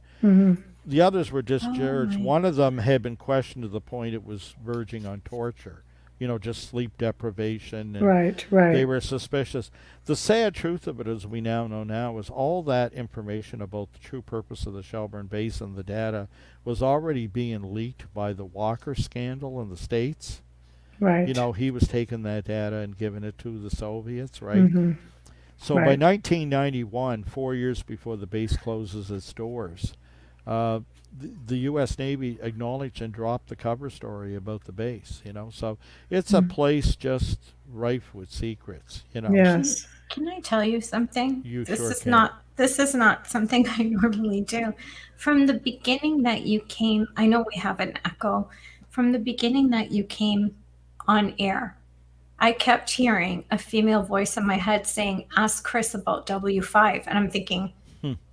did we talk about this last time? I'm not going to ask him about W5. What's that got to do with this? And now when you said that, I'm like, oh my gosh. Yeah, I mean, there's so much we don't know. I mean, you can imagine the data that they were privy to, And then the Jeffrey Delisle scandal in Halifax, remember just a few years ago, you used to be able, when we were doing documentaries, I know one of the film producers I work with, Mike McDonald, he had access and went into Marlin Center, which replaced the Shelburne base, right? Mm-hmm. And how significant was the Shelburne base? It's not just me saying that was Canada's most secret base. It was the coordination center for submarine detection for the whole Atlantic Ocean, right? It connected with 64 SOSUS facilities around the Atlantic and Pacific. It was of major importance. Right. That stuff now goes to a base in the States, and the Canadian data goes to Marlin Center in Halifax. We used to be able to go in there and you could get a tour and they show it, but since the Jeffrey Delisle scandal, Everything's all that's closed up. become impossible. So there are still lots of secrets. There's lots of overlap in these things. But I think you got to look at the result. And when to me, it comes down to my father would never fess up. He passed in 2011 when I would visit him in Ontario. Right. He would often ask me, Harry, in the first book you did, that's so-and-so, is it? Yeah, your old Navy bud. And, Wade is so-and-so, yeah. And I'd say, you sure you never heard anything of the Shelburne story? And he said, no. No, we wouldn't go. He took that oath to heart. They were good guys, right? And now I find his ship was the command ship when he was serving on it, right? Right. He's just doing what he needed to do. And that's a good place to end it, unfortunately. We're nearing the top of the hour. So go ahead. Well, I just want to say, my hope is, where I get information now is at conferences like the PPRI one, although the chances are better. The week before, we're having one in Yarmouth, the Shag Harbour Incident Society. Oh, okay. Oh, cool. And of course, it's all UFO, like, they got Nick Pope coming and Travis Walton, Martin Willis, right? Me. Right. And of course, when I'm there, I always tell people, like, you could approach me in the hallway afterward. You can tell me anything. Right. I'll give you a new name. Right. Yeah. And I spoke about it for the first time last year at our conference. It's the week before Elliot's gig there, and I'm hoping that somebody comes up and fills in that one missing thing they promised me that the girl maybe never this gave. is what we tell everybody. Okay, this is where Chris is going to be on Saturday, October 7th. If you have any information, dig deep, people. Maybe you have family who is a part of this. In the Navy, and I think Maybe enough time has lapsed. Do you think is there some sort of time that's acceptable where people can talk about this, or is it like a forever don't talk about it? Well, I mean, we're in disclosure now. It's like rock and roll. You can't do anything about it. It Sounds happened. like a code. It happened. Yeah. That's what Jerry Garcia said. The FBI can't make it go away, right? Yeah, but we're talking disclosure now. Now there's a whole different outlook on things now. But does disclosure cover the security clearances, though? Because the Americans are different than the Canadians when it comes to that. We know that. It's not in a bad thing, so please don't email me. We're saying that disclosure is just more open here. Right. And there was a lot of American ships there, so you're not going to get as many people talking. No, there was a greater emphasis on security south of the border. Yeah. And you know something? Anybody that wants to know how much I respect that, read the dedication at the front of the book to those people that served in that difficult period I call the Cold War. And it says quite clearly right there, I respect those that have told me their story that were brave.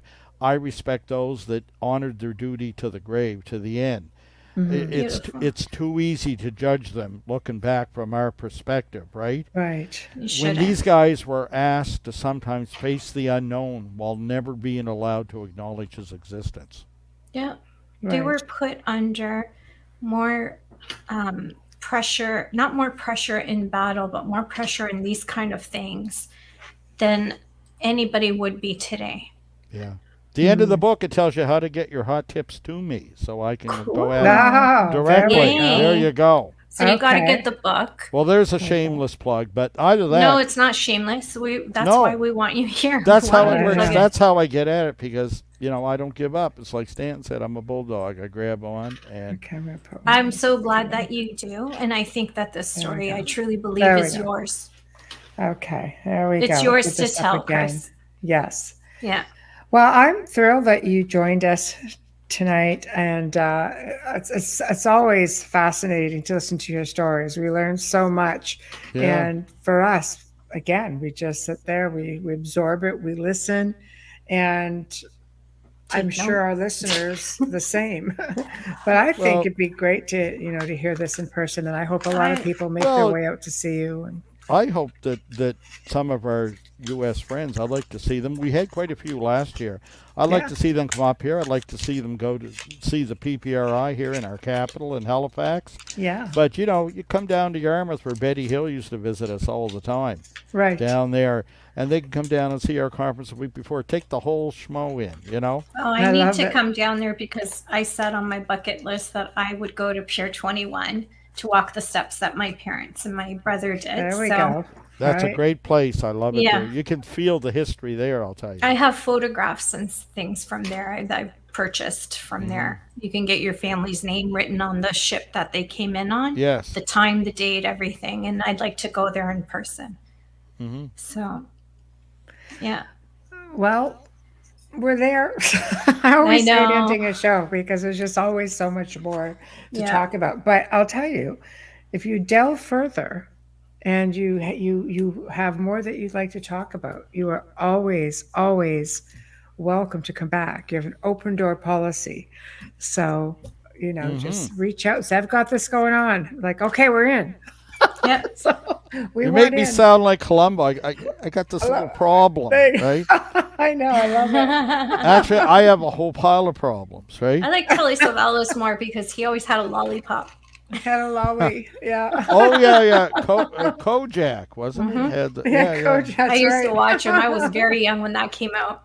Named our German Shepherd Columbo. That was my dad. Well, thank you for joining us. Well, thank Chris. you for the invitation. Oh, my and, God. Thank you so much. It Thank you is a for sharing pleasure. so much. Hopefully, And- when I come back, I'll have more answers still. That's my mission. I would love that. I really hope that somebody reaches out and fills in those blanks for you. Fascinating story to say Well- the least. So thank you for sharing it with us, and I hope somebody shows up at the symposium or your other event and says, "Hey, I have more information. Here's Yeah. the missing link that you've been looking for." That's how it all starts. A hot tip, Fingers crossed. Yes. Hot blood. Tip. That's hot right. blood, a sleepless night, and away I go. There we go. Yeah, There we we go. You're the best, Chris. You are the best. It's such an honor. Thank you. Well, Thank you so much. thank you for the invitation. Yeah, we'll do it Thank again you. sometime. Sure. Oh, absolutely. I hope we Enjoy do. the beach. Yes. Yeah. Oh, I'll warn you about that beach weather here is an exaggeration. Okay. Yeah. I'm still jealous you have a beach that has salt water on it. Oh, I have all kinds. Yeah. Yeah. We have Very some jealous. with UFOs too. You'll have to read that sometime. Or you could 2018. just come back and That's in tell the us all book. about it. I'd be glad to. Yeah. Okay. Hey. All right. I'll even send you some video of that one. Okay. Yeah. Well, we'll Yeah. play it during the show. So Sure. I will contact you. We will look at a date. Sometime maybe again, but just before the symposium. So it's just more promo for you. Yeah. And we'll bring you on and we'll look at some Yeah. video and we'll talk about Yeah. some stuff. Oh, I like it. August, Okay. September would be great. Yeah, I'll give you some good stuff. All right. Okay. Hey. I'm in. Bye, ladies. No, it Up was for a video. pleasure. Good. Love it. Good night. Thank night. you. Good night. Yeah. It's late for him. It It's is. midnight. Yeah. Well, that was really cool.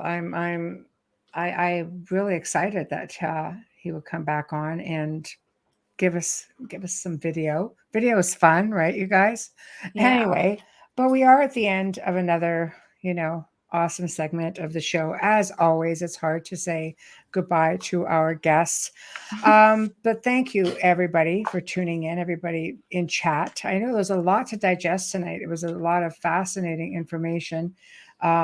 So sometimes it's easier just to sit and listen. But big thank you to everybody in chat. Big thank you to Chris Stiles. Big thank you to Folgers Coffee for sponsoring the show. Another big thank you to Justin Snicker, aka Dr. Snick, Steve McGinnis. Thank you. Next week, Wednesday, we're going to continue on with Symposium guests. And of course, we're welcoming back Elliot Van Dusen, who is pretty much the guy putting this shindig on. And of course, the Outer Realm is, the big sponsor of the symposium. And we're really happy to be here doing this and advertising them and being a part of it all. It's all very exciting. But next week, he's coming back on Wednesday night with his colleague and another guest speaker, Daryl Walsh. And what's going to be fun about this is Daryl is like pretty skeptical about a lot of things. So we're going to be talking about the paranormal hardcore. Mm-hmm. We'll cover things like orbs and EVPs and the whole Xbox Connect technology. For those who don't know what it is, you see that on TV. It's a little stick figure guys that you see. It's interesting for sure. So I'm looking forward to seeing what he has. But you're definitely going to have to get in chat if you guys want in on this, because there's going to be, I'm sure, a lot, being covered. So please don't miss that. Thursday night, we welcome the return of our dear friend Bill Bean. Oh, yes. I know, and he's got some interesting things in mind as well. We were left on the last show with all kinds of things he wanted to talk about. So we're going to see what he wants to touch on, and we're going to totally get into it and go from there. So it's going to be another really exciting week. So Sunday. Yeah, and yeah, right. And in America, guys, you guys have a 3-day weekend. No, right? we have a show Sunday. We have a show Sunday night. Yeah, so Yes. check out Nocturnal Frequency, 9:00 Eastern time. Bubbles and I are going to be on with our compadres. So it's just No burritos. I know. No burritos. Yeah, so they stop by often in the chat, so please come and support us. So that's Nocturnal Frequency. Find them on YouTube, and you can just set a little reminder, and we're all going to get in there. Steve Genier and Alex Rondini, both great couple of guys, and Alex seems to think Amelia and I are his spirit animals, so we're going to see how that goes. We're going to see how that goes. But with the long weekend, this weekend coming up in the U.S., guys, please, be safe and have a good time, but expect you guys all to make it here next week. All right. So night all. Have a good weekend.